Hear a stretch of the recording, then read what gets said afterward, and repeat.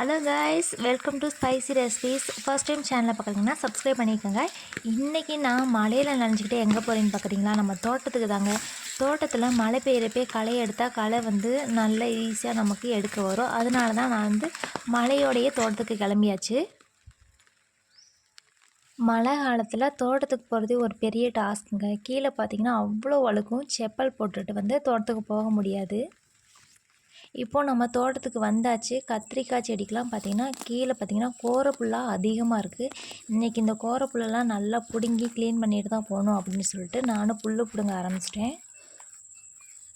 நாங்கள் வீட்டுக்கு தேவையான அளவு மட்டும் கத்திரிக்காய் நாற்று, மிளகா நாற்று, தக்காளி நாற்று இது 3 தான் நட்டுருக்கோம். இனி இந்த ஆடி பட்டத்துக்கு தான் ஏதாவது விதைகள் வாங்கி போடணும்.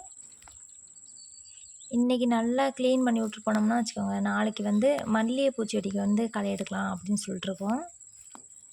நிறைய கீரைகளாக முளைச்சிருக்குங்க. பார்க்க சூப்பராக இருக்குது. ஆனால் எல்லாத்தையும் பிடுங்கி போட்டாச்சு. இன்னொரு நாள் பொறுமையாக வர்றப்ப கீரையெல்லாம் பிடுங்கிட்டு போகலாம். சூப்பராக இருக்குங்க கீரையெல்லாம். சிறுகீரை, அதுக்கப்புறம் இந்த பசலைக்கீரை இதெல்லாம் நிறைய இருந்துச்சு.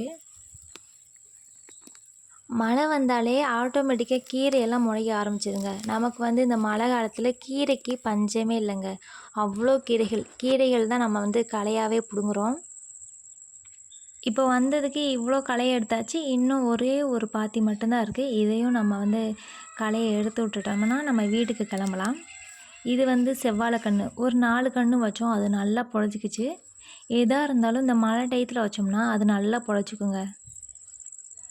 கத்திரிக்காய் நாற்று எல்லாமே நல்லா வந்துருச்சுங்க.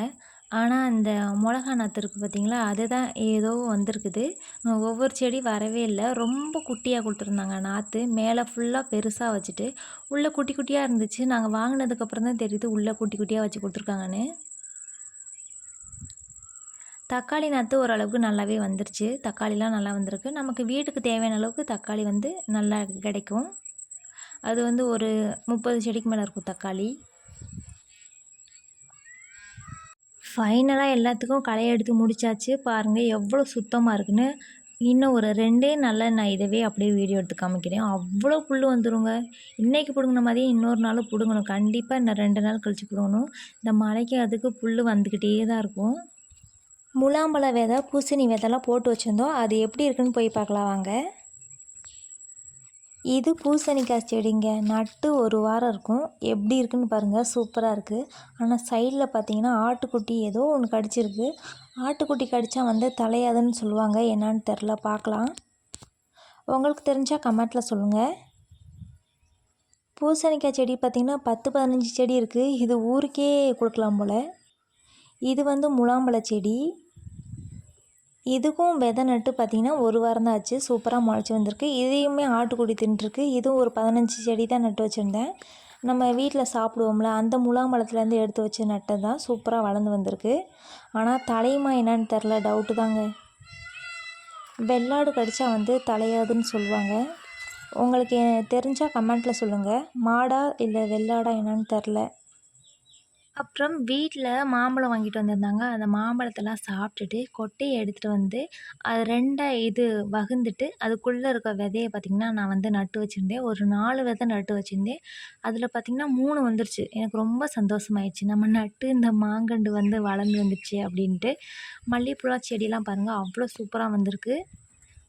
நம்ம சுல்லுன்னு வெயில் அடிக்கிறப்ப மல்லிகைப்பூலாம் நட்டு வச்சுருந்தோம். ஆனால் இப்போ பார்த்திங்கன்னா நல்லா மழை வர்றதுனால எல்லா மல்லிகைப்பூவுமே நல்லா தழைஞ்சி வந்திருக்கு. ரொம்ப சந்தோஷமாக இருக்குது. இந்த ஒரு வயல் ஃபுல்லாமே நம்ம மல்லிகைப்பூ நாற்று தான் நட்டிருக்கோம். சப்போட்டா மரம் நம்மக்கிட்ட ஒரு 50 மரத்துக்கு மேலே இருக்குங்க. ஆனால் நாங்கள் பறிக்கிறதும் இல்லை, விற்கிறதும் இல்லை. நாங்கள் அதை கவனிக்கிறதே இல்லை.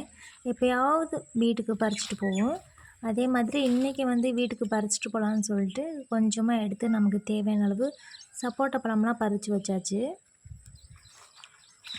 யாருமே சாப்பிட்றது இல்லைங்க. குருவி, கிளி, அணில் இந்த மாதிரி தான் எல்லாமே சாப்பிட்டுட்ருக்கு. இன்றைக்கி தான் நாங்களும் சப்போட்டா பழமே பறிக்கிறோம். மாதத்துக்கு ஒரு டைம் இப்படி தான் நாங்களும் பறிச்சுட்டு போவோம். அதுக்கு டைமாக இருக்குது நமக்கு. நம்ம தோட்டத்து வேலை பார்க்குறதுக்கே டைம் சரியாக இருக்குது.